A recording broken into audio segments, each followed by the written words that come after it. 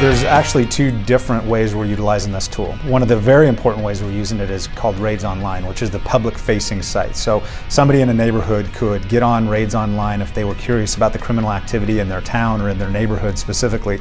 They can get on Raids Online and they can actually see the incidences as they've occurred over the course of history, and you have the ability to look at a few of the details of what occurred to include the actual crime that occurred with some date ranges, so you can really narrow your search. And so that's a really important tool for our neighborhoods, because oftentimes we get telephone calls from people wanting to know, is this a safe neighborhood to live in? Where should they move? Do we have any sexual predators living in our neighborhood? So they have an opportunity to do some of the homework themselves, and that's an important piece of what we're offering to the public. The second piece of this is ATAC raids, which is more specific for law enforcement. It's sensitive to law enforcement. It has up to 95 different fields or captured fields in that we can use for our predictive policing model. So it's what we build our analysis around, it's what we build our predictive policing model after, and it's what really helps us deploy our resources in an efficient and effective way. We're trying to push as much information to our officers as possible. It's a very complex job. They work very, very hard in this environment to try and do as much as they can with the resources that are available to them. So it's important for me to push the information to our officers in the field. We want them in the field, and we want them to have every available piece of information that we can give them. What this does for them is it helps them in the geo-based policing philosophy, where they're owning a district, they're understanding what's going on in their district. What this does is it pushes information to them to tell them where they should be spending their time.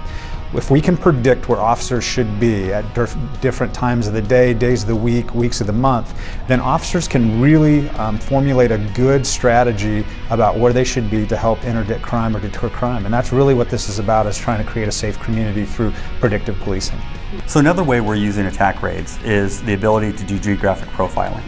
That's when we identify an operating area of an offender. This might be the area where he's either working, living, maybe it's a drug house he's frequenting. But while he's in those areas, he's identifying victims. He's targeting people. Once we find out what that area is, we can apply resources there to both identify who the offender is, but also either arrest them or prevent the crimes. This is probably as unique as anything that's been going on in the Pacific Northwest, if not this side of the country.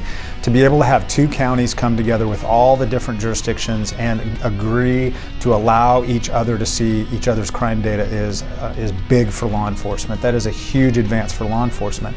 And what it does, it's a force multiplier for us. So when we're having issues here in Richland, and we've got some key pieces of information on some incidents that we're seeing here in Richland, we're able to take a look at crime data from the two-county area, 300,000 people in the metro area. We're able to take a look at crime data that stretches across boundaries and jurisdictions to help us solve that crime. And the other jurisdictions are able to do that as well. And so when we talk about how collaborative this area has been, we've done a great job partnering on teams and coming to each other's rescue when it comes to operational issues. But really, this regional effort through crime analysis and sharing of crime data is absolutely on the front edge of what it's going to take to be predictive in policing.